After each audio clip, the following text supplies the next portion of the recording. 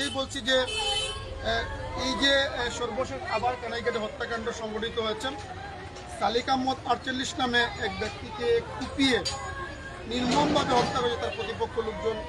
পূর্ব বিরুদ্ধে ছেলের সাথে বিরুদ্ধে জের ধরে মূলত এই ঘটনাটি ঘটি হয়। এর আগে আছেন ছেলেমেয়েরা আছেন, তারা বাবার মৃত লাশ সামনে রেখে তারা কাঁদছে তারা আপনাদের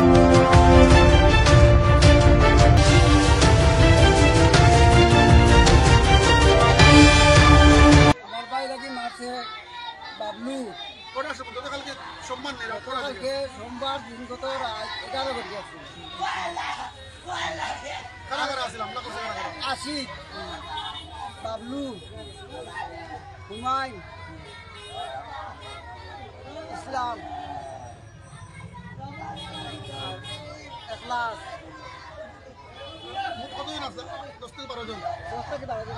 12 জন কেন তেমনি মারলাম কারণ কি বুঝতে আরো তার দুই বাচ্চা নিয়ে দেখো যাক করছে বাসা কেন মানে 3-4 মানুষ জাঙ্গিরে আর কি হয় এটা নিয়ে বিচারের মাধ্যমে নাম করিয়া একবার বিচার মুখ করে দিচ্ছি আর ওই ভাই কাটাইয়া ভাই নিয়ে মারতা বিচার তাতে জাম না কইছি তাতে আবার এখানে হাত দিছি আর এটা বিচার মানছে না তাতে আবার এটা 50,000 টাকা বা বর্তমান চাই না বর্তমানে আনাম আছে 1.5 মাস 2 মাস আগে 1.5 মাস আগে ওর সাথে আমার বিরোধী হইলো কাকাল বিরোধী তোমার ইসলামের ছেলের সাথে। তার নাম কি? তার নাম সাহেল। তার সাথে বিরোধী হয়, তার সাথে বিরোধী হওয়ার পরে আমার বাবা বাড়িতে ছিলেন না। আমি পরে বাবা ছিলেন বাবা আইসা শুনছে আশিকের চায়েলের চাচা এবং চায়েলের বাবা আমাকে অ্যাটাক করছে। অ্যাটাক করার পর আমার বাবা শুনতে শোনার পর আমাকে নিয়ে ওরা আমাকে মারার পর আমাকে নিয়ে বাবা থানায় এসে একটা ডায়েরি করে সেই সময় একটা অভিযোগ দিচ্ছে। একটা অভিযোগ দেওয়া যায়। অভিযোগ দেওয়ার পরে আমাদের গ্রামের যে মুরব্বিয়ান আছে ওরা আমার বাবাকে নিয়ে কিছু একটু বুঝিয়ে শুনিয়ে বলেছে বিষয়টা তুমি মামলাটা তুমি আমাদের হাতে দাও, তুমি আমাদের হাতে দাও, আমরা বিষয়টা শেষ করে দিই। সালিশ বসিল তো জানি তো সালিশ বসার পর তুমি মাথার দরকার নাই, তুমি যাও না মাথার দরকার নাই। সালিশ বসার পর আমি বলেছি আমি বলে আমাকে এরকম ইয়ে করেছে মাসে ধরছে আশিকের ভাই আমাকে মারছে। মারার পর আমি আমার বাবাকে বলি বাবা আমাকে নিয়ে তারা আমরা তো জানি তো সালিশ বিষয় পয়সা সালিশ বিষয় মারামারি হয়েছিল তোমার বাবা লোকে মারামারি হয়েছিল। মারামারি প্রথমত আমার থেকে লাগছে বাদে বিশেষ সালিশে পাওয়ার পর থেকে আমার বাবাকে বলছেন বলে তুমি যে মামলাটা দিছো মামলাটা তুমি মিথ্যা বলো প্রত্যাখ্যান করো। আমার বাবা বলেছে সত্যি কথাটা আমি কি তার লাগি মিথ্যা কথা বলি ওইখানে খোয়াত লাগিয়া চেয়ারম্যানে বাবারে বলছে কিতা কয় ওরে আমার বাপে কথা বলছে বলে হায়াতের মালিক আল্লাহ, সে মৌত হয়ে যায় আল্লাহ হুকুম হয়ে যায়, আমার কেউ বাসায় রাখতে পারতো না। আর মৌত টাকা না দিচ্ছে ওরা সব বাসাইতেও পারতো না। ও কথা বলে চেয়ারম্যান জানিয়েছে বলে কী কর হয়তো গ্রামবাসী সব আমার বাসারে খাতা দিচ্ছি আমার হামলা হয়েছে আমার সরকারে।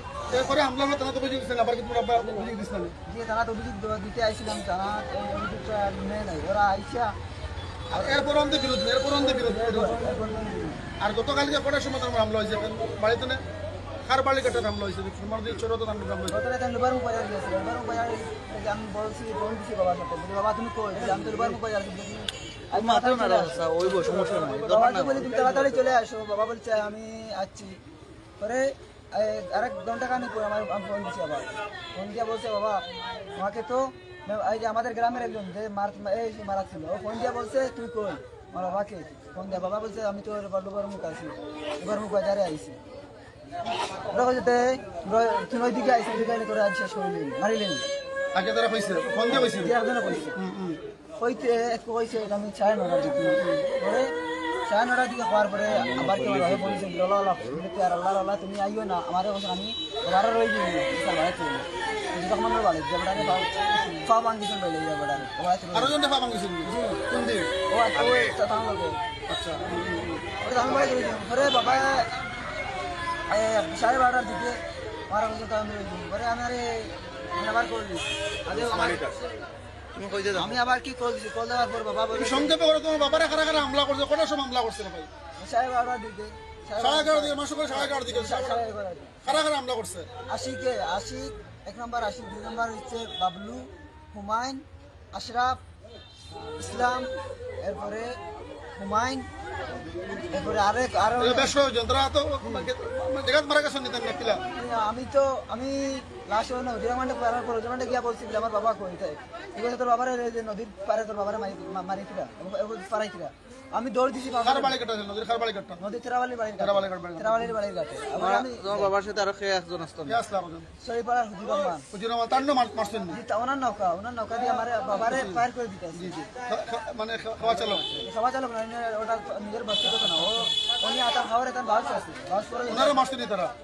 উনি ওনার কথা মারছে ওনারে মাইরা কইছে চালিক কই উনি বলছে আমি তো আমার বাস করে যেতাম বলে আইছি এবার আমার নৌকা মারা হয়েছে মারা আমার কই পরে গিয়ে তান্ডে গাঙ্গর গাঙ্গে গিয়ে অ্যাটাক করে অ্যাটাক করার পর আমি বাবা বলছে তুমি এদিকে আসলে আমি আসছি তাইলে পরে থানাটা অভিযোগ দিছিলেন তাই তো থানা অভিযোগ দিছিলেন আমাদের মামলা ইয়া মানছে না আমাদের তা অভিযোগ এটা দিচ্ছে অভিযোগ দেওয়ার কারণে দেখার কথা হইলে যে তুই লাউ দে তুইয়া তুই তাকে মামলা কেন করো রাস্তাঘাট হয়েছে না তোদের বাড়ির কোন বাড়ি এটা নিয়ে কিন্তু ওই যে আমরা পরিবার প্রিন্সিপাল উনি অর্ডার দিচ্ছে আমরা অর্ডার দিচ্ছি তারে গাড়ি মারা লাগবে পরিবারের প্রিন্সিপালকে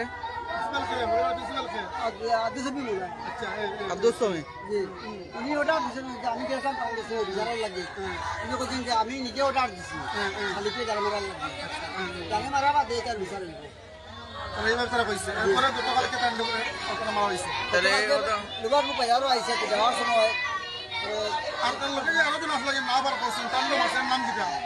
আর ওদের যে আপনার নৌকা তারা বাকো দিছে নাম হলো হজির রহমান উনিরও ট্রেন নামকে বর্তমানে সিলেট উসমানী ভর্তি আছে। আপনি শুনতে পাচ্ছেন আমরা কথা বলছিলাম নিহত সালিকা মদের বড় ভাই আব্দুল খালিকের সাথে কিভাবে ওনার ভাইকে হত্যা করা হচ্ছে, কারা কারা এই হত্যাকাণ্ডের সাথে জড়িত এবং কেন এই ঘটনাটি ঘটানো হয়েছিল এই বিস্তারিত উনি বলছেন।